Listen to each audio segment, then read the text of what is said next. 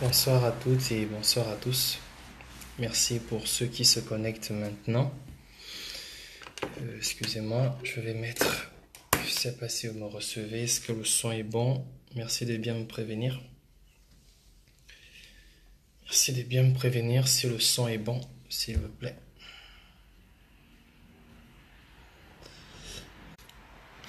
Merci de bien me prévenir si le son est bon. Bonsoir à toutes et à tous. Bonsoir. Bien. Merci Pascal de ta présence. Bonsoir à tout le monde. Hein. Je n'aurai pas le temps de repasser sur les noms. Alors aujourd'hui, je veux souhaiter une bonne fête de Père au papa des victimes assassinées du 25 mai 2018. Je précise bien du 25 mai 2018. Je refuse de faire désormais le lien des victimes du CS Takebe car nous avons découvert qu'il ne s'agit pas de victimes du CS Takebe seulement. Les personnes qui ont été assassinées, les portés disparus de ce jour-là n'étaient pas tous du CS Takebe.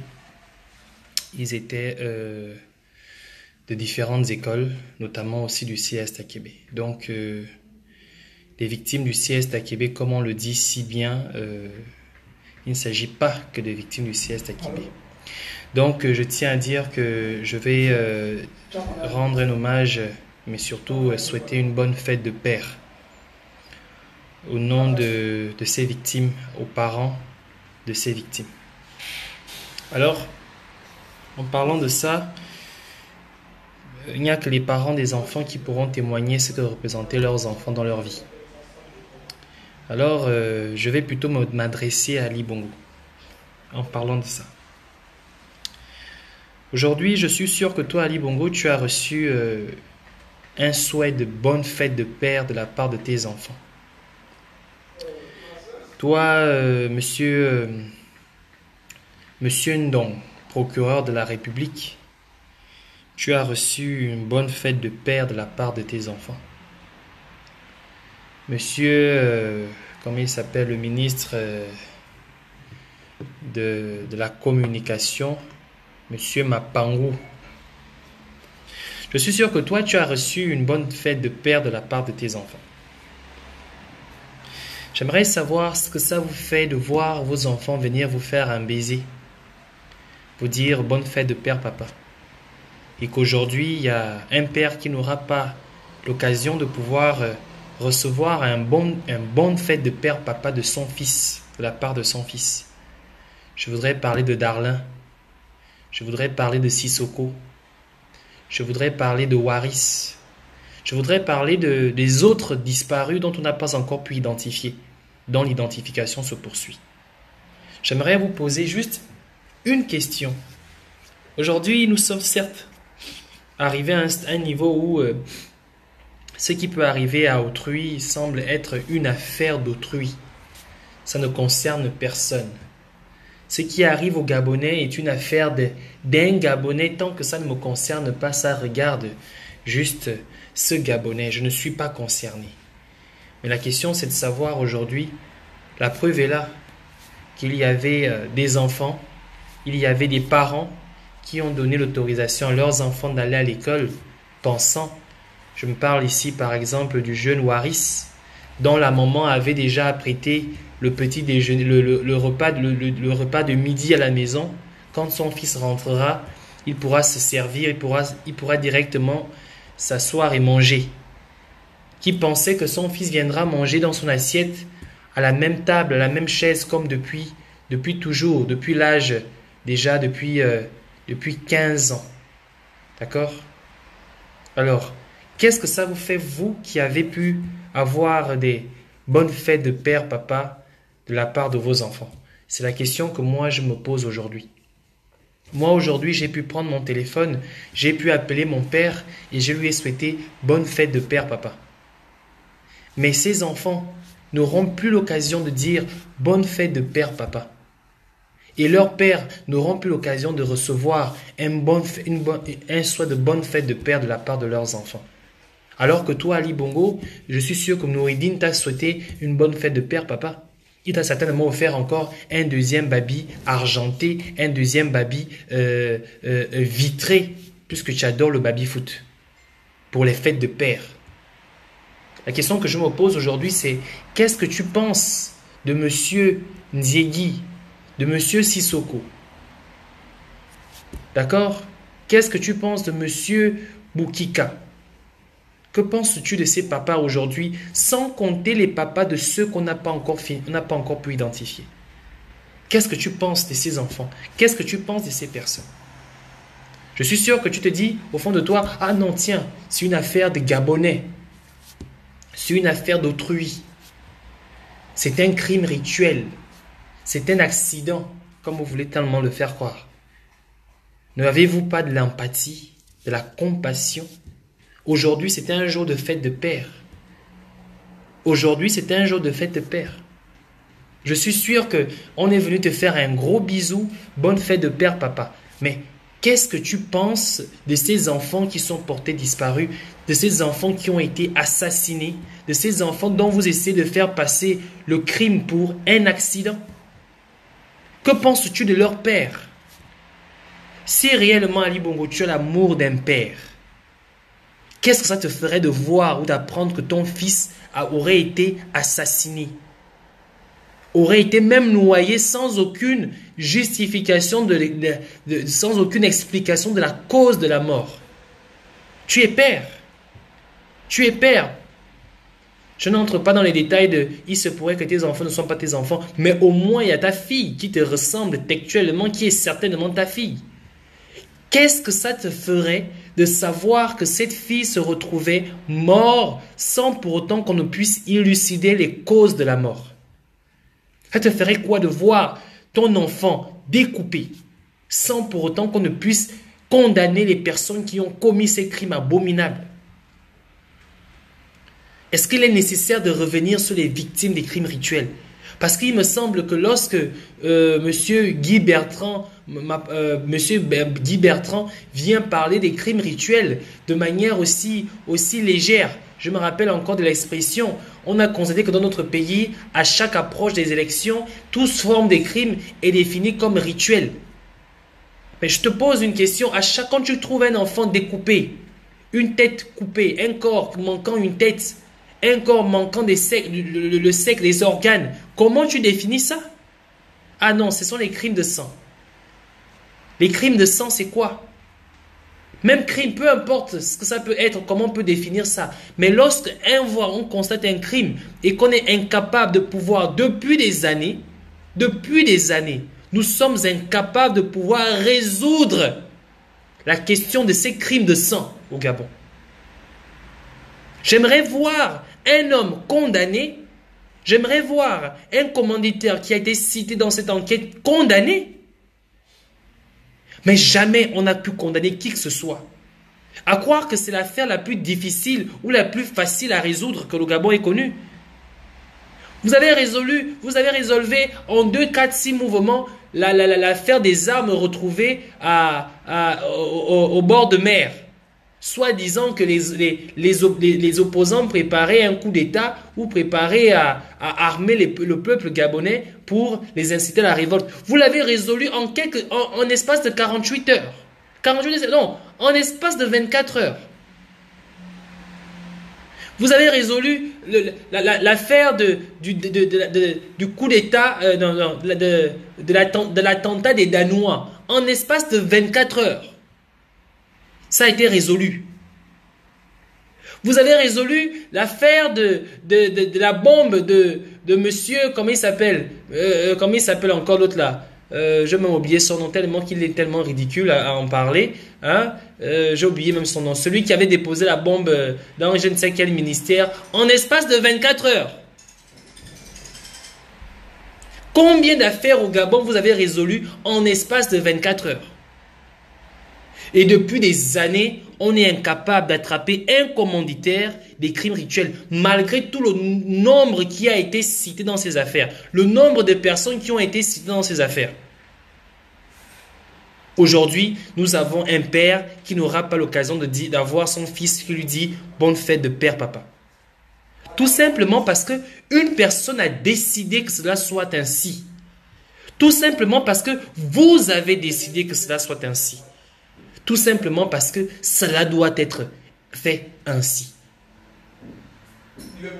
Et malgré ça, vous ne vous donnez même pas le courage, ni la permission à ces parents de pouvoir ne fût-ce que connaître les causes de la mort de leur enfant. Ce que vous trouvez à faire, c'est venir les menacer. C'est venir les intimider. C'est venir les rappeler de faire gaffe. C'est venir mettre en garde. Nous vous mettons en garde. Tout ce que vous avez trouvé à faire, c'est ça. La mise en garde. On doit mettre en garde. Mais est-ce que vous avez donné une explication au papa de Darlin qui a retrouvé son enfant mutilé? Est-ce que vous avez donné une explication au papa de Sissoko qui a retrouvé son fils mutilé? Est-ce que vous avez donné une explication au papa de Boukika qui a retrouvé, je viens de Boukika, au papa de Waris qui a retrouvé son fils mutilé? Non. On n'a pas besoin de donner une explication à ces personnes par rapport à la disparition de leurs enfants. Parce qu'ils font partie des etc. Ils font partie de la population qu'on a appelée, la classe sociale qu'on a appelée les etc. Je vais faire une petite parenthèse. Tellement que vous êtes efficace.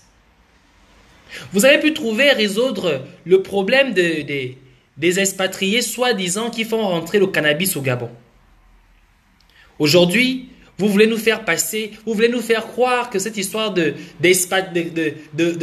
d'accroissement et de circulation des drogues dans notre pays est due aux expatriés. Mais ce que vous oubliez, c'est quand même paradoxal parce que aujourd'hui, vous pensez que les Gabonais ne se posent pas les bonnes questions, mais vous ignorez une chose. Il n'y a pas qu'au Gabon que les expatriés arrivent. Les expatriés, ils viennent de partout, ils vont aussi partout. N'oubliez pas l'Italie, l'Europe. Mais c'est quand même paradoxal que les expatriés qui viennent au Gabon, ils ne viennent pas seulement parce qu'ils viennent chercher la vie au Gabon, mais ils sont tellement sûrs que la vente de drogue marche et que le réseau fonctionne qu'ils vont partir de là où ils vont partir avec des sacs de drogue. Comme l'histoire de la vénézuélienne qui a été appréhendée au niveau de l'aéroport international Léomba. Comme par hasard, elle rentrait avec sa cargaison de cocaïne tranquillement sans pour autant s'inquiéter de quoi que ce soit.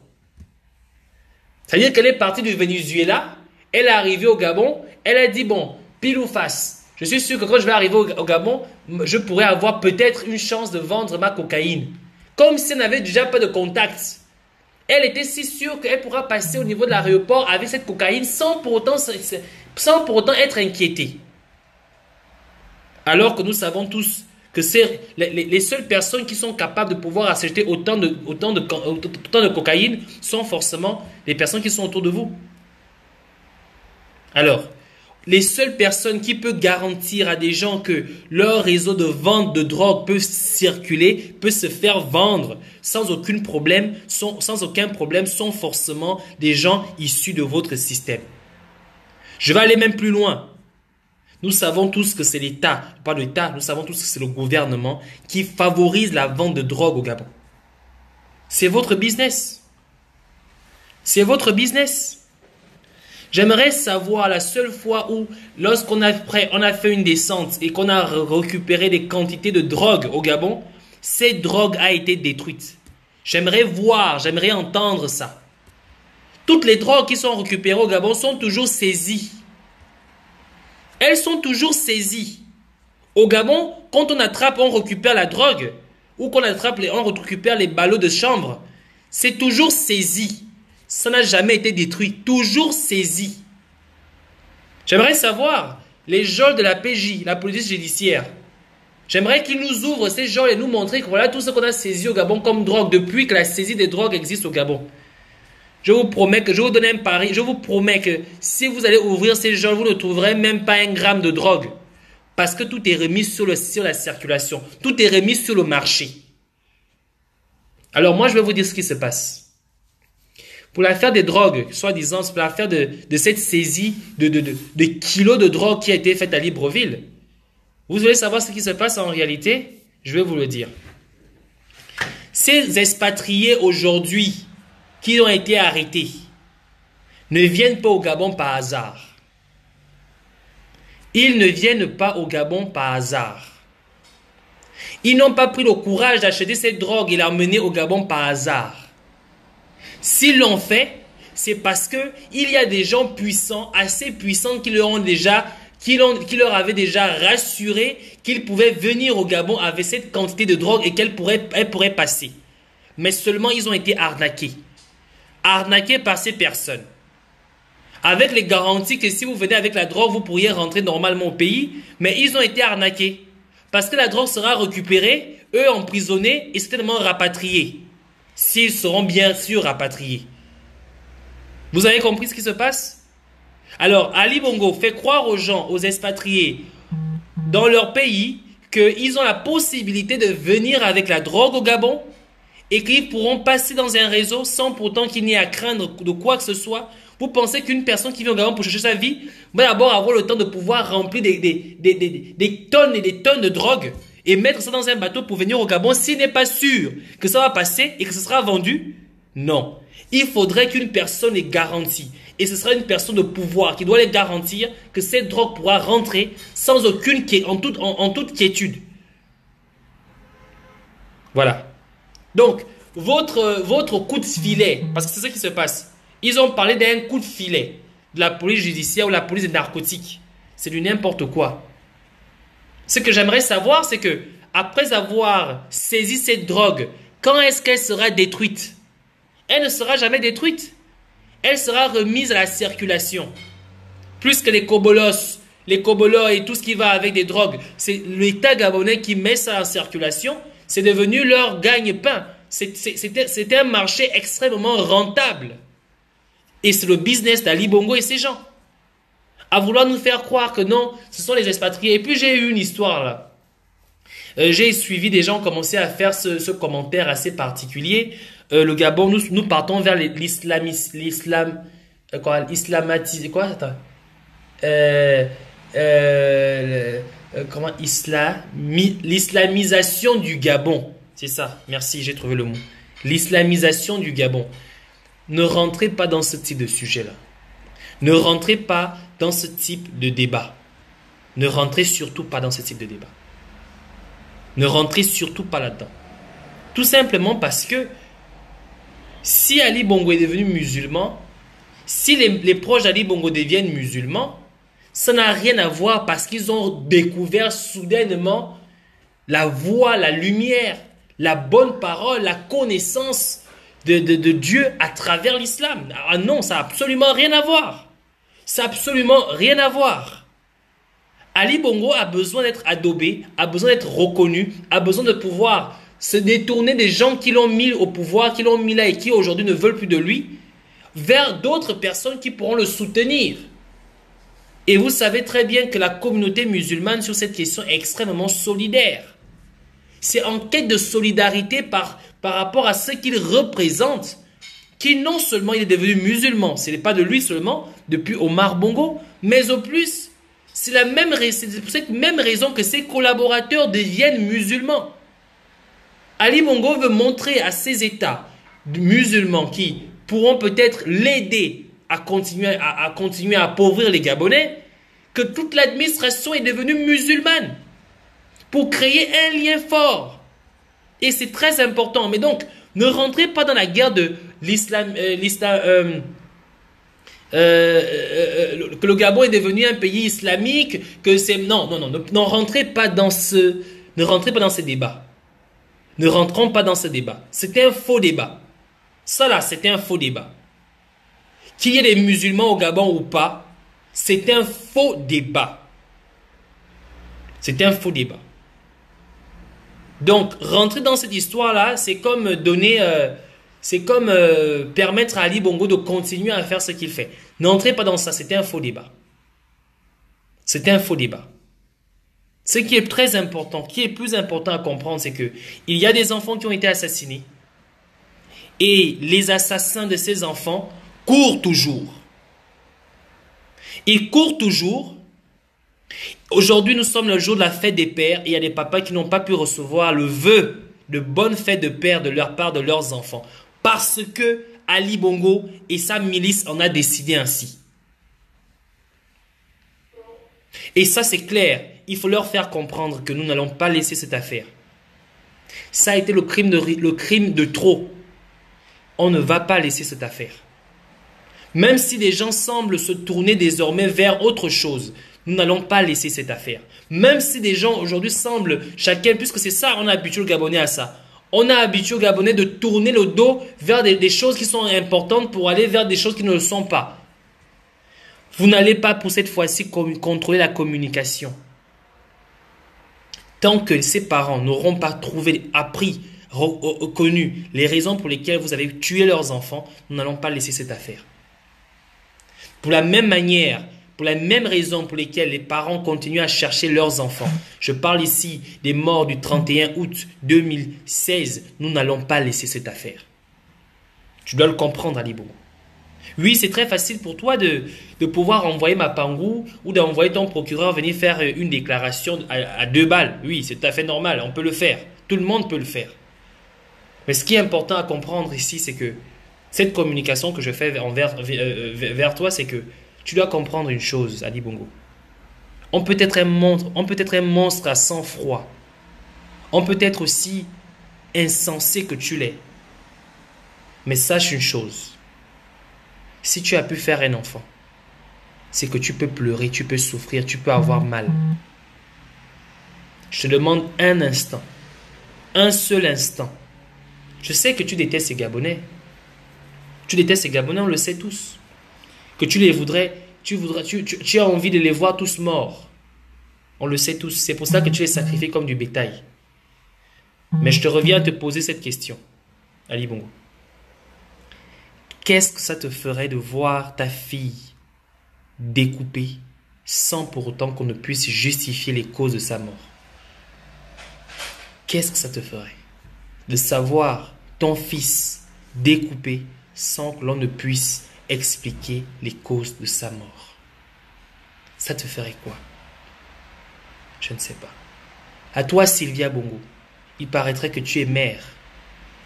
Qu'est-ce que ça te ferait de voir l'un de tes enfants découpé sans pour autant qu'on ne puisse justifier les causes de sa mort? Ça te ferait quoi? C'est dans ça que vous entretenez les Gabonais. Dans la douleur, dans le meurtre, dans le crime. Il n'y a que ça. Et vous pensez que les crimes au Gabon deviendront des feuilletons de télé où des gens peuvent mourir et on passera à autre chose? Non. Pour cette fois-ci, on ne passera pas à autre chose. On ne passera pas à autre chose. Car il y a encore des parents qui continuent à pleurer leurs enfants. Vous aurez beau intimider les parents, les victimes.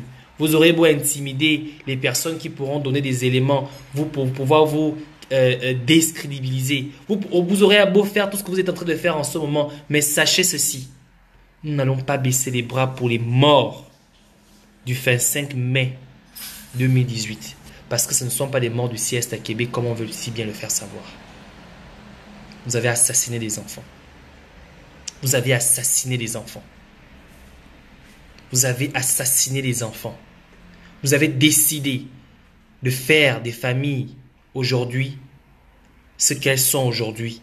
C'est-à-dire, aujourd'hui, les enfants ne vont plus répondre à la paix dans les maisons parce que vous avez décidé ainsi. Et vous pensez qu'on va laisser ça comme ça? Vous pensez qu'on va passer à autre chose? Vous pensez qu'on va laisser ça comme ça parce que vous avez décidé? Non, on ne va pas laisser ça comme ça. Rien ne sera plus jamais comme avant avec toi. Tu auras beau faire tout ce que tu auras envie de faire. Tu auras beau dire tout ce que tu auras envie d'en dire. Tu auras beau intimider les gens autant de fois que tu auras envie de le faire. Sache que plus rien ne sera comme avant. Plus rien ne sera comme avant. Maintiens-toi au pouvoir par la force. Maintiens-toi au pouvoir par la force. Mais tu finiras par partir. Tu finiras par partir. Ça, sache-le. Donc, par rapport à ça, je peux vous dire que, bon, il y a Eva qui pose la question finalement quelle est la suite de votre enquête. L'enquête est en cours. La suite de l'enquête, on ne peut pas la publier comme ça. L'enquête est en cours. Vous l'aurez, Inch'Allah. Si on arrive à regrouper tous les éléments manquants, vous aurez un communiqué officiel.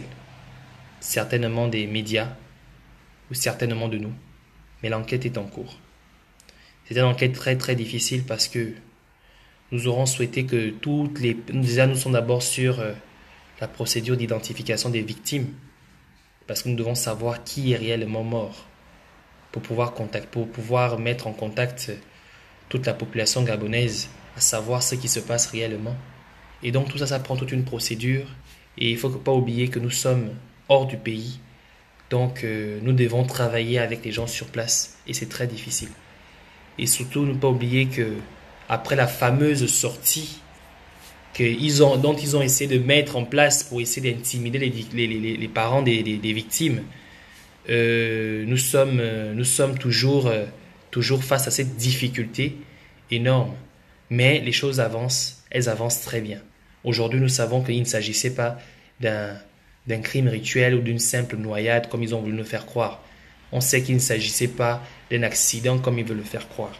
On sait aussi qu'il ne s'agissait pas des élèves du CS à Québec comme on veut nous le faire croire.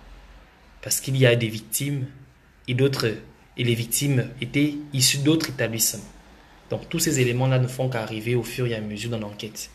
Donc c'est pour vous dire que Lorsqu'ils viennent parler de rechercher les corps du côté du CIS Takebe, il ne s'agit pas seulement des victimes du CIS Takebe. Donc, il y a des victimes issues d'autres établissements qui sont là. Donc, c'est la raison pour laquelle peut-être vous avez remarqué que lorsqu'on parle de 15 victimes, on n'arrive pas à trouver 15 absences au niveau du CIS Takebe. Tout simplement parce que toutes les victimes n'étaient pas issues du CIS Takebe. Ils étaient issus d'autres établissements. Donc, c'était un crime organisé et ce crime sera résolu. L'enquête se poursuit. Tu vois, Ali Bongo? Tu vois? Tu pensais nous orienter ailleurs alors que nous savons, mais aujourd'hui on se retrouve ailleurs. Il y a tellement d'éléments qu'on découvre chaque jour dans cette histoire. Mais bon, je ne vais pas les rendre publics pour le moment. Donc, les résultats de cette enquête, vous l'aurez certainement officiellement d'ici là. Si on n'en parle pas, c'est parce qu'il y a des choses qui se font. Et on essaie d'avancer dans ce sens-là. Donc, pour te dire encore merci. Merci pour le mal que tu fais tu fais vivre le peuple gabonais. Merci pour ce vide que tu as mis dans les familles aujourd'hui. Merci. Donc c'était ici pour moi un triste, difficile et douloureux bonne fête de père que je voulais faire au papa d'Arlin, au papa de Waris, au papa de Sissoko, qui sont les victimes reconnues déjà officiellement. D'accord? Sans compter les autres dont on ne connaît pas encore officiellement, mais qu'au fur et à mesure, nous ne faisons que découvrir l'identité. J'aimerais vraiment souhaiter une bonne fête, une bonne fête de père à toutes ces personnes qui auraient souhaité que ce soit leurs enfants qui le leur souhaitent en ce jour. Merci pour ceux qui ont été connectés. Merci pour ceux qui ont partagé ce live. Merci pour ceux qui vont garder une pensée pieuse envers ces familles. Mais surtout, merci pour ceux qui diront toujours que cela a été le crime rituel de trop et que nous ne laisserons jamais passer cette affaire-là comme ça. Nous ne laisserons jamais passer cette affaire. Donc, j'aimerais que chacun d'entre nous enlève de l'esprit qu'il s'agit des victimes du CIS Takebe. Non, il ne s'agit pas des victimes du CIS Takebe. Ils étaient issus de plusieurs établissements. Donc, encore merci pour ceux qui nous ont suivis. Passez une excellente journée. Ciao.